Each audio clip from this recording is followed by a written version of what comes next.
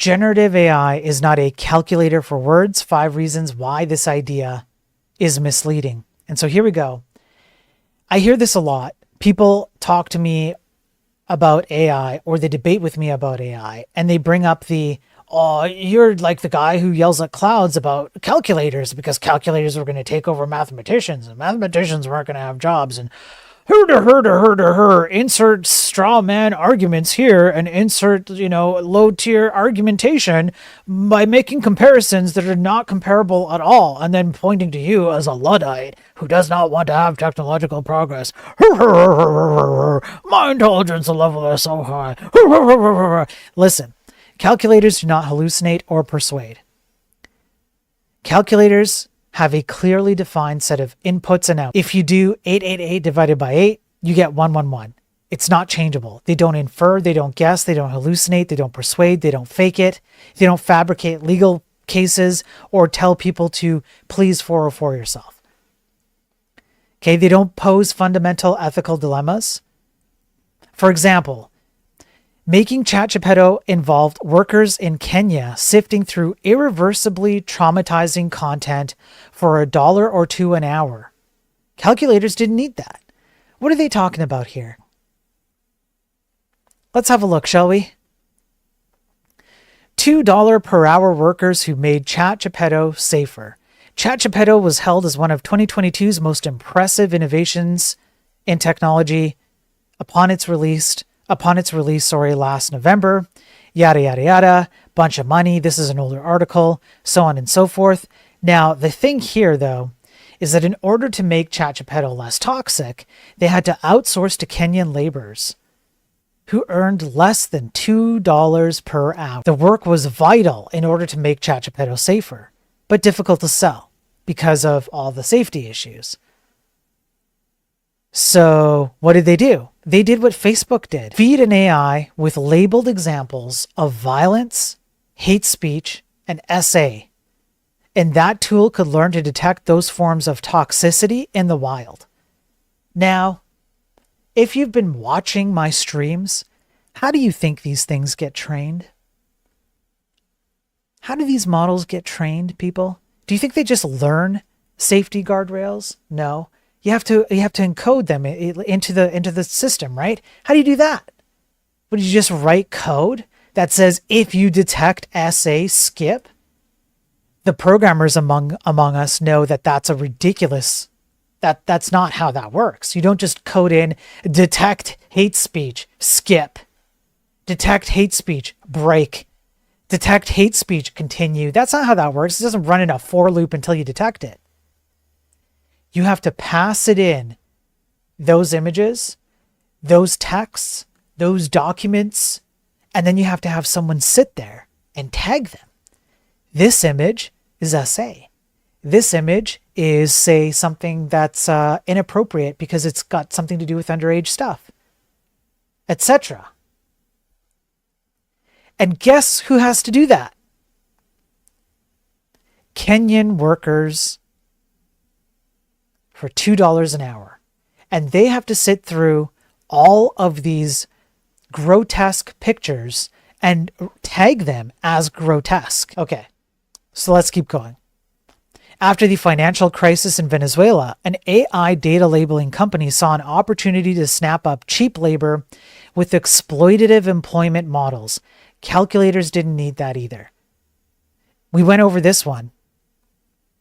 This is the one where these people have to stay up all night and have a laptop sitting in front of them, dinging them when there's a job available for them to go in and tag something so that they can make a few bucks. Because the more you do that, it's first come, first serve on the job. The more you do that to train the AI, the more money you make. So these people lose sleep. They don't have a life. They just sit around the laptop waiting for that ding to get a job. And because they can be paid next to nothing in Venezuela, well, there you go. Calculators didn't require vast new power plants to be built. And here we go again, yet another article. Projections. Now, you know how I feel about projections, right? But the IEA says that by 2030, we're going to have around 945 terawatt hours from all the data centers worldwide. It's set to more than double from what it is today. So these kinds of things are just going to increase. That's the projection. Now, even if it's not double, even if it's say like 10 or 20% increase, that's still really bad. The calculators didn't compete with humans for water. We just went over that. As AI data centers are doing in some of the driest parts of the world, big tech's new data centers will take water from the world's driest areas. For example, let's see here. Here it is, right? Data centers in areas of water scarcity. You have the green ones, which are active, and then you have the, I guess, the pink purpley ones, which are developing. Have a look at that. Oh man, Greece getting hit hard. Yeah, input Marxism. I like that, Vamp. To input Marxism data. Yeah, have a look at that. So we have a whole bunch of water scarcity over in the United States. How do you guys feel about that down south in America? How do you feel about these systems taking all your data? Oh, Saint, can't you see? By the lack of energy, everyone will be by their candlelight, sending messages by carrier pigeon. Right? Calculators didn't need new infrastructure to be built. Calculator industry didn't see a huge mining push, such as the one currently driving the rapacious copper and lithium extraction, as in the lands of the Atacamenos in Chile. The real cost of AI is being paid in deserts far from Silicon Valley. Okay, this is Chile's mineral reserves and water resources being absolutely hammered. They're already in a poverty-stricken state. They already do not have the resources to do the basic things that they need to do. And now they're being asked to massively produce materials required for AI. And again, cheap labor, the redirection of energy, the redirection of water, the redirection of labor to what? Not Chile, because all that stuff that they're extracting is not going back to Chile. You don't just connect them to the faucet, right? No. So what you have to do is they have their own reservoir, yes, but they have to extract from fresh water. No, not fresh. Fresh water. It can't be like seawater. That's what I'm trying to say. I don't think fresh water is the correct term. I'm tired. It has to be drinking water because you don't want to have corrosion of pipes. If you just take water just out of anywhere, the pipes corrode really quickly, and then you have to replace the pipes a lot. Pipe maintenance is, yeah. So you have to take it from drinking water. The same water, you just have your own access to it. You just suck it up. You just suck it all like chat because you all suck. Calculators do not undermine autonomy. Calculators don't have the potential to become an autocomplete for life. They never offer to make every decision for you, from what you eat to where you travel to where you kiss or go on a date. They don't challenge your critical thinking. However, we've talked about cognitive offloading. We've talked about the crutches that people use AI, these LLMs for. These things are not at risk of taking over the, say, corporate systems or ending up in the power of corporate systems.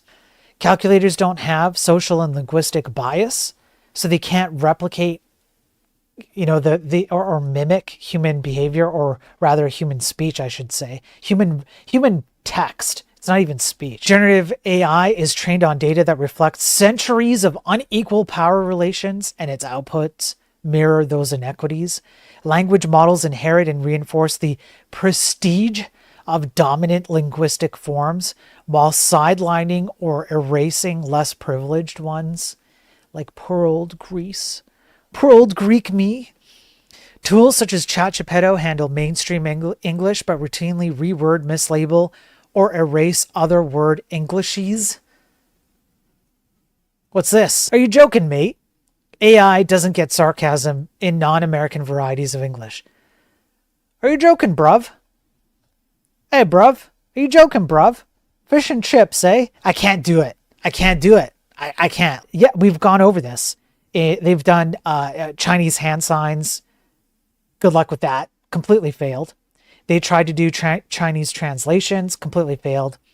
They tried to do, I think there was one that we went over. What the hell was it? Spanish? French, maybe? I don't remember. But they do not get the other languages other than the core languages, mostly English. And when it comes to nuance, like when you have somebody from Britain who has certain types of mannerisms in their speech, it can't pick up on them. While projects exist that attempt to tackle the exclusion of minoritized voices from technological development, generative AI's bias for mainstream English is worryingly pronounced.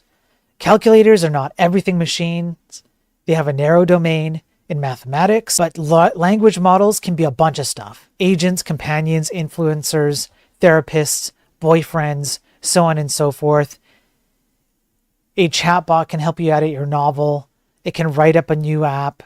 It can give you a psychological profile, etc., etc. So, yeah, are you taking the piss? That's right.